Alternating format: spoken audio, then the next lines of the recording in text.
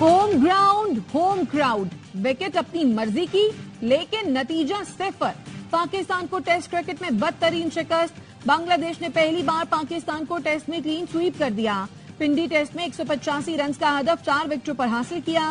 ذاکر حسن 40، شادمان اسلام 24، نجم الحسین Shinto 38 اور مومن الحق 34 runs بنا کر آؤٹ ہوئے۔ مشفق الرحیم اور شکیب الحسن نے میچ فنش کیا۔ میر حمزہ، خرم شہزاد، ابرار اور سلمان آغا کی ایک ایک وکٹ۔ میچ کے آخری روز پاکستان کی کوئی حکمت عملی کام نہ آئی، بالرز بھی پاکستان کو شکست سے نہ بچا سکے، کیچ ڈراپ ہوئے، ریویو بھی نہیں لیے۔ 2 میچوں کی سیریز اے اسپورٹ اور ARY ایپ پر براہ راست دکھائی گئی۔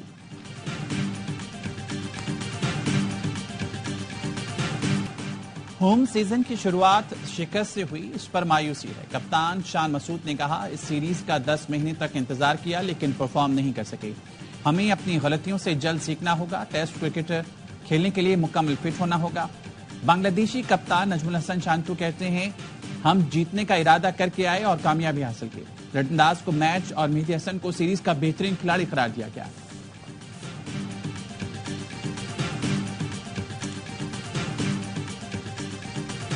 سے بہتر ہے کہ میں کوئی پکوڑے کی دکان اس اسمبلی میں بیٹھنا میرے لیے بہت مشکل ہوگا، تو آج ہی میں اسمبلی سے اپنے استعفے کا اعلان کیا۔ بلوچستان نیشنل پارٹی کے سربراہ سردار اختر مینگل قومی اسمبلی کی رکنیت سے مستعفی، استعفی سیکریٹری قومی اسمبلی کو جمع کرا دیا۔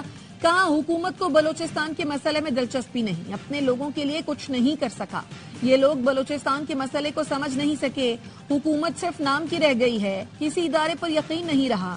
لیگی رہنما عرفان صدیقی کا اختر مینگل کو استعفی نہ دینے کا مشورہ، کہا آپ کی وزیر اعظم سے ملاقات کراتے ہیں، آپ جیسے لوگوں کی ہمیں ضرورت ہوتی ہے۔ اختر مینگل بولے وہ ہمیں استعمال کرنا جانتے ہیں، اب ہم استعمال نہیں ہوں گے۔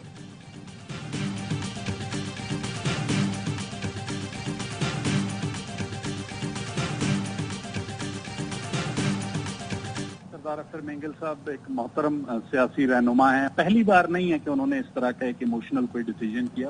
آج کا جو ان کا اعلان ہے پاپولر پالیٹکس کے علاوہ بظاہر کچھ اور نظر نہیں۔ سردار اختر مینگل ماضی میں بھی ایسے اعلان کر چکے ہیں۔ ترجمان بلوچستان حکومت شاہدین کہتے ہیں سردار اختر مینگل پیچھے ہے اور پی ٹی ایم حکومت کا حصہ رہے، پھر بھی وہ اپنے لوگوں کے مسائل حل نہ کرا سکے تو یہ ان کی ذمہ داری ہے۔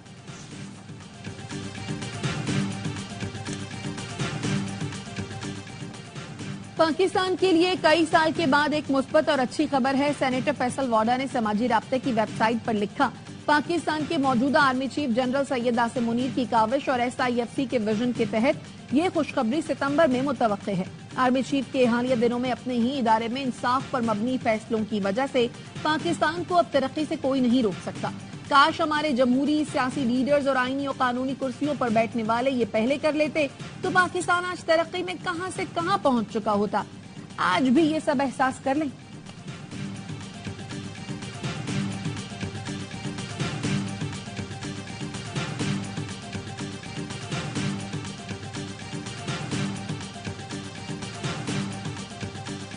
I wish to move Supreme Court number of judges amendment bill 2024۔ جب یہ لاسٹ بل انٹروڈیوس ہوا تھا تو ہماری پاپولیشن تھی 16 کروڑ تھی، ٹوڈے ایز وی اسپیک وہ 25 کروڑ سے بڑھ چکا ہے یا 25 کروڑ ہے۔ یہ ایز اے پرائیویٹ ممبر بل نمو ہو سکتا ہے، انہیں اس کی اجازت دی جا سکتی ہے۔ انڈیا کی آبادی اس وقت ہے 1 ارب 45 کروڑ، جو سپریم کورٹ بیٹھا ہے وہ صرف اور صرف 33 ججز پہ مشتمل ہے۔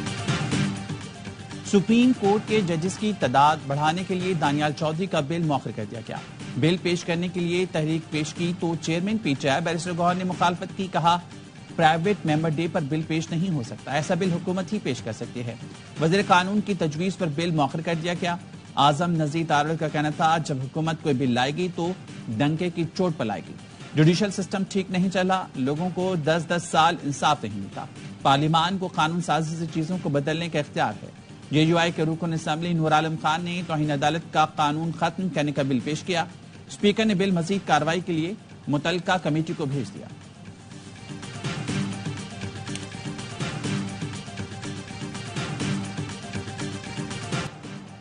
IMF کی شرائط پر اقدامات کر رہے ہیں، قرضوں کی منظوری سے نیا سفر شروع ہوگا لیکن ذہن میں رکھیں یہ IMF کا آخری پروگرام ہونا چاہیے۔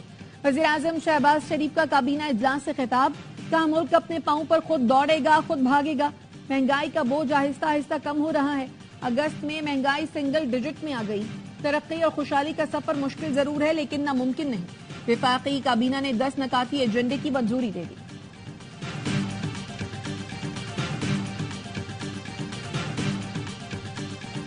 انفلیشن کا نمبر ہے کہ 38% پہ یہ پیک ہوا، اس سال 9.6% آ گیا ہے۔ امید ہے کہ پالیسی ریٹ ہے اور جو انٹرسٹ ریٹس ہیں اسی انفلیشن کے مطابق ان کو نیچے جاتے دیکھیں گے۔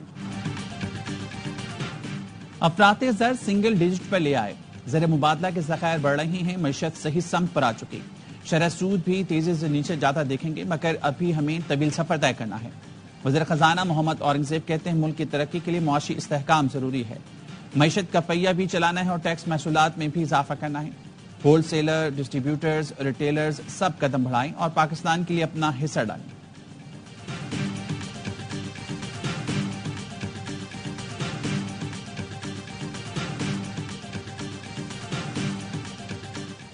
اسلام آباد میں پی ڈبلیو ڈی ملازمین کا احتجاج، پولیس نے ملازمین کی گرفتاریاں شروع کر دی، مظاہرین نے کشمیر ہائی وے بلاک کر رکھی تھی۔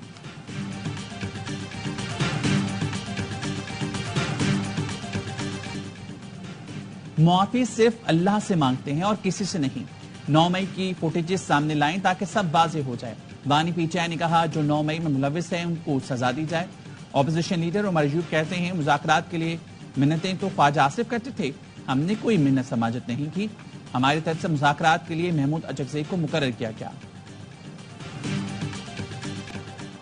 9 مئی کیسز کے ممکنہ ملٹری ٹرائل کے خلاف بانی پی ٹی آئی کی درخواست پر رجسٹرار اسلام آباد ہائی کورٹ کے اعتراض میں کہا گیا ہے کسی مخصوص ایف آئی آر کا حوالہ دیے بغیر عمومی ریلیف کیسے مانگا جا سکتا ہے، درخواست کے ساتھ کوئی آرڈر یا دستاویز نہیں لگائی گئی، ملٹری کورٹس کا معاملہ سپریم کورٹ میں زیر التوا ہے، پنجاب کے مقدمات پر اسلام آباد ہائی کورٹ میں درخواست کیسے دائر ہو سکتی ہے؟ بانی پی ٹی آئی نے استدعا کی ہے کہ اگر 9 مئی کے کیسز کا ملٹری ٹرائل ہو تو انہیں فوجی تحویل میں نہ دیا جائے۔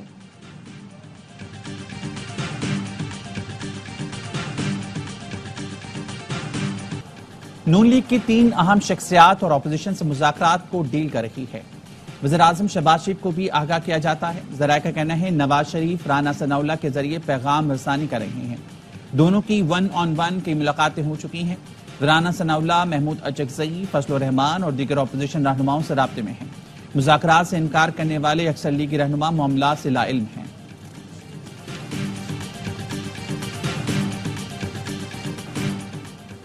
تمام مسائل کا حل گرینڈ ڈائیلاگ میں ہے، سابق وفاقی وزیر فواد چودھری کہتے ہیں حکومت ماحول بنائے، بانی پی ٹی آئی مذاکرات کے لیے تیار ہیں، اس وقت پاکستان کے سیاسی اور معاشی حالات غیر مستحکم ہیں، پاکستان کی خارجہ پالیسی تنہا ہو گئی ہے، معیشت IMF کے پاس گروی رکھ دی گئی ہے، 1 ماہ میں 84 لوگ دہشت گردی میں شہید ہو چکے ہیں۔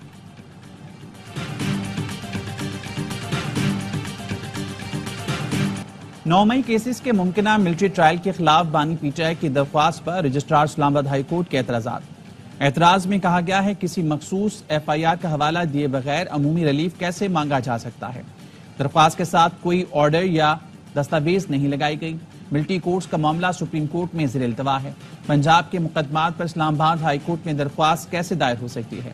بانی پی ٹی آئی نے استدعا کی ہے کہ اگر 9 مئی کے کیسز کا ملٹری ٹرائل ہو تو انہیں فوجی تحویل میں نہ دیا جائے۔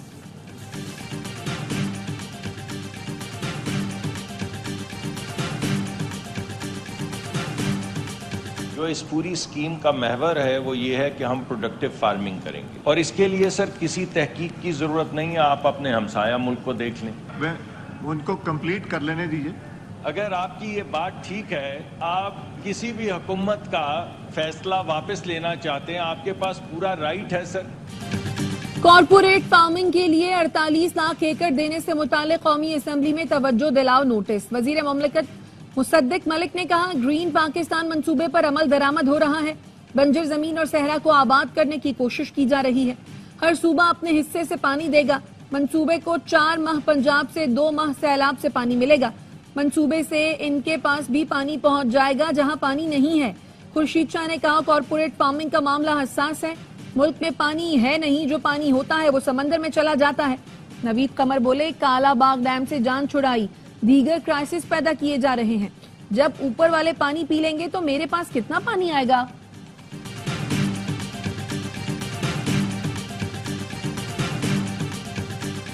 جو پنجاب نے 14 روپے بغیر سوچے سمجھے سبسڈی کا اعلان کیا، بہرحال ان کے فائنانس منسٹر کہتے ہیں 90 ارب روپے کی سبسڈی ہے کہ آئی ایم ایف نے اٹھا دیا آبجیکشن اس چیز پہ۔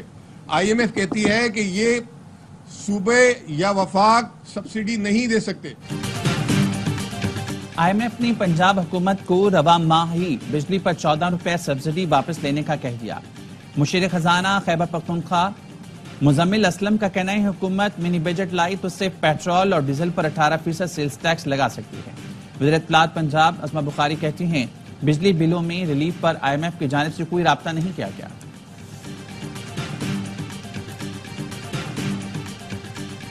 ہمارے پاس جو غیر قانونی طور پہ رہ رہے ہیں، افغانی، برمی، بنگالی، بہاری، ان لوگوں نے سندھ کو ایک عالمی یتیم خانہ سمجھ رکھا ہے۔ میں نے لفظ کیا ہے غیر قانونی، جو بھی یہاں پہ غیر قانونی بیٹھا ہوا ہے سندھ میں، پاکستان میں، اس کو جانا پڑے گا۔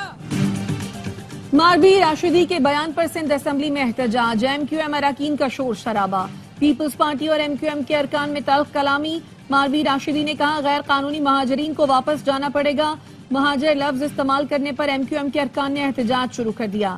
ماروی راشدی نے کہا غیر قانونی مہاجرین کی بات کی تھی، سندھ میں مقیم غیر قانونی افراد کسی قومیت سے ہوں انہیں واپس جانا پڑے گا۔